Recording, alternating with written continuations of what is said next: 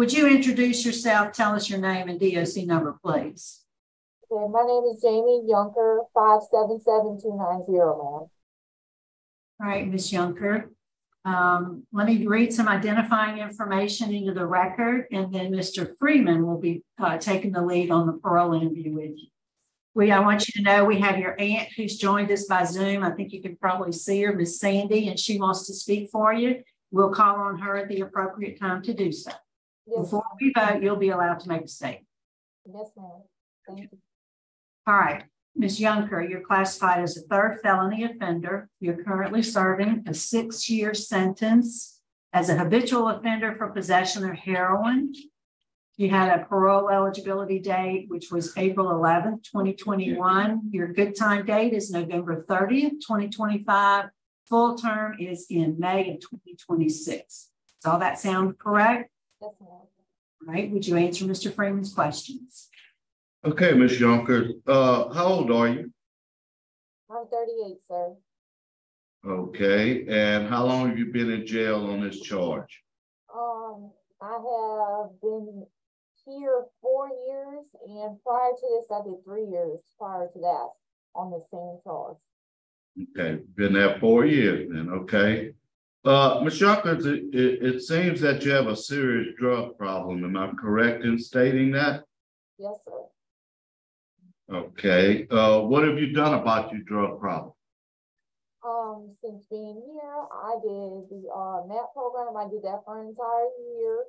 I'm a mentor in that program, and I have been a mentor in that program for about a year now. I have did Thinking for a Change. I have did risk management, and I'm also in Living in Balance. And I plan to get the Habitual shot and go to a transitional house upon release, whenever I'm released from here, because I know that I'm an addict and I'm going to struggle with this for the rest of my life. But this is not what I want to do. Okay, Ms. Yonkers, the MAP program, are you going to take the medication when you get out? Yes, sir. The Habitual, yes, sir. Okay. And this transitioning housing, has that already been approved? Have you been accepted? I've been trying to find one, sir, but everyone that I've called so far has said that they're full. I was hoping that I'm supposed to talk to the transitional specialist here. She's going to help me find housing. So I am also a vet, and I have talked to the lady from the VA in Alexander came to see me 2 months ago, and she also set me up in their program too, where they're going to help me get a housing voucher and stuff like that. But I did explain to her that I plan on going to a transitional house. So, okay. someone to live with if while you're waiting on all of this? I mean, I do, yes, sir. But I plan on going to a house.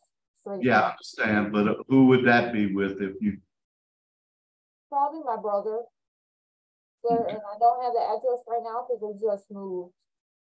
But yeah, because my aunt lives way in Illinois, so.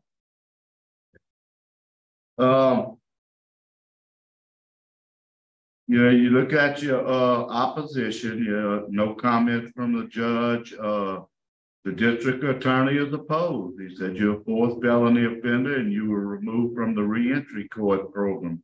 Why were you removed from that program? I was removed from that program, sir, because I did some drugs and it ended up being fentanyl, and I OD'd for the first time ever. And okay. The sheriff is opposed. The chief is unopposed. We hadn't had a comment from your family, from your mother or your brother, I guess it is, Brian. So are either one of them going to be here today to speak? Doesn't look like they are, sir.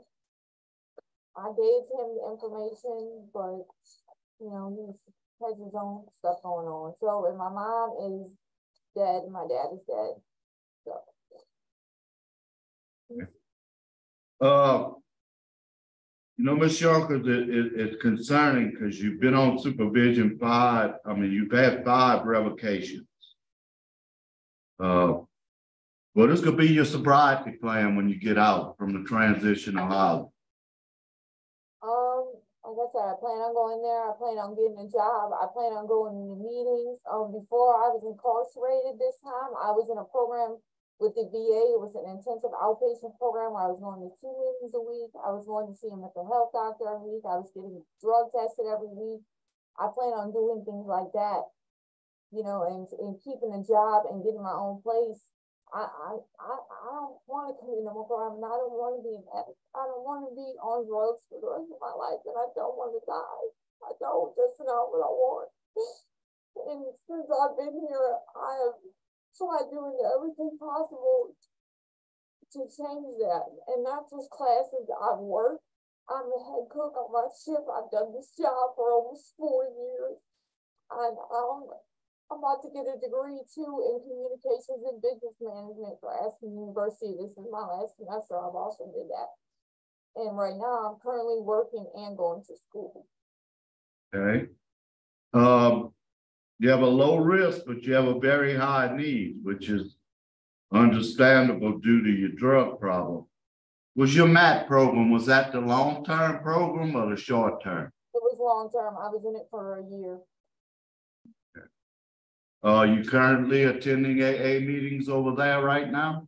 I mean, I go to Miss Haley, who's the math teacher. I do go to her class from time to time. Like I said, I have a mentor, and we do have NA meetings virtually. Okay.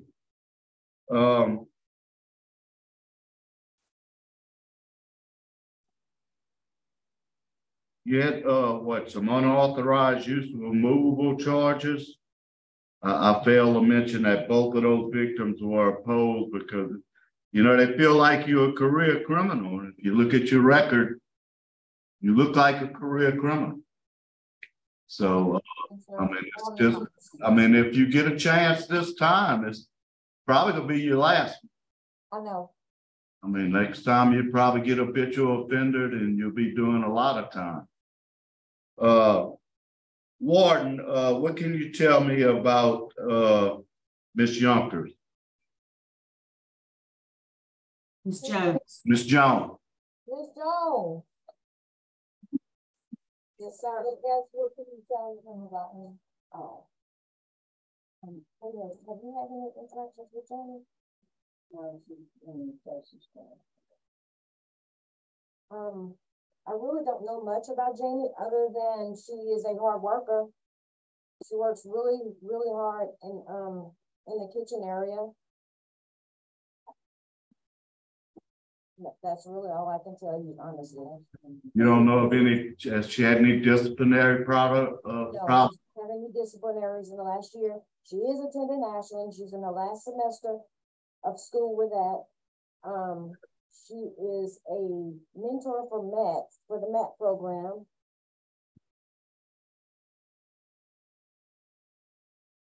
And yeah, yes, sir. That's all I can tell you. I'm sorry.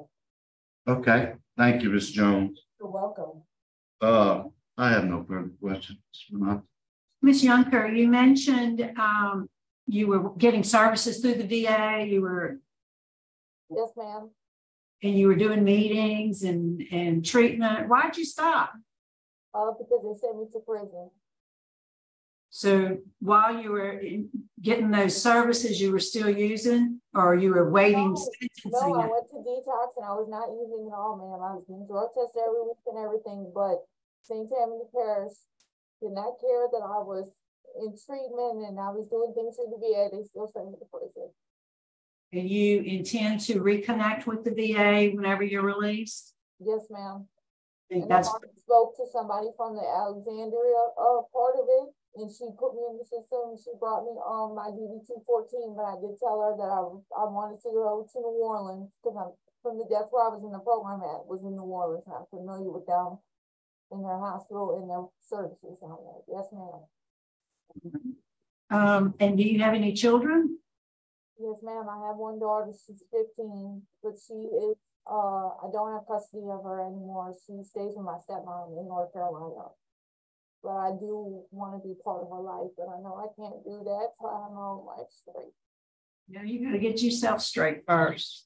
All right, we'd like to hear any questions. How long were you in what branch of the military were you in? The U.S. Army, ma'am, and I was in it for 6 years. And when did you discharge? 2010. And was that an honorable discharge? Yes, ma'am. So you weren't having any substance abuse issues while you were in the military? No, ma'am. My substance abuse issues really started when I came back from deployment, but I didn't get in trouble at all. I was in the reserves when I came back from deployment, but because of my PTSD, so it intensified. So where were you deployed? I went to Kuwait and Iraq, ma'am.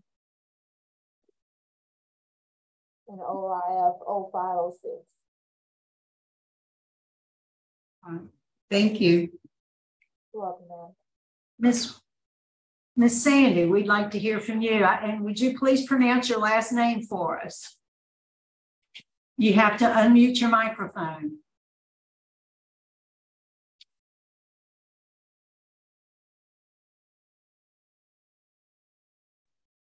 The last name is Welma, W-E-E-L-M-A-A. Thank you. Go ahead. We'd like to hear what you want us to know about your niece. So I was also present for the last parole hearing where she got denied. And truthfully, I think that's the best thing that could have happened to her over the past 2 years. Her and I are in constant communication. She's excited about school. She's excited about trying to get out, make a life for herself, to reconnect with her daughter since both her parents have passed since she's been in prison. And the whole demeanor of our conversations has changed immensely. And I think knowing personally not having the people in her life that she had before, who I think contributed to her substance abuse issues, she's going to definitely go out and succeed. And hopefully once she gets off of parole, if things aren't doing well in Louisiana, she can come back to Illinois, where she has much support. Well, thank you. We appreciate you taking time. You're at work? Yes, I am. Well, I'm glad you're able to join us. Thank you so much. Thank you. Jamie, is there anything you want to say to us before we vote? Yes, ma'am. Go ahead. Okay, I just want to say that I'm truly sorry to everyone that I have affected through my addiction and the crimes that I committed. I didn't realize that everything I did was affecting everybody around me, including everybody in my community. You know, I had a troubled childhood, and I kind of followed in my mother's footsteps, and I don't want my daughter to go through the same thing that I had to go through. And I realize now that, you know, there are other tools and things I can do to deal with my issues instead of trying to run from them and numb myself to them. Like I said, I've been here and I've pretty much done everything possible to better myself and to change my life. You know, I feel like I put everything into my addiction and running after that drug, so why I can't put everything into becoming a better person and productive member in society. And I know my recovery is lifelong. It is something I'm gonna have to work on every day, and I plan on doing that in every way possible. I plan on finding a sponsor, going to transitional house meetings, getting a job, you know, using my support system, my aunt, my brother, and I just pray that y'all will allow me another chance to become a productive member of society and to show y'all that I can do this. All right, I think we're ready to vote, Mr. Freeman. Okay, Ms. Yunkers, you know, you have had it tough. Drugs have controlled your life. I'm sure your service to our country had a lot to do with it. And I thank you for that service that you gave our country. You know, I really wish you would strongly consider going with your aunt to Illinois. You know, a change of environment sometimes helps greatly, especially when you have family down there that's willing to help you out. But my vote today is going to be to grant.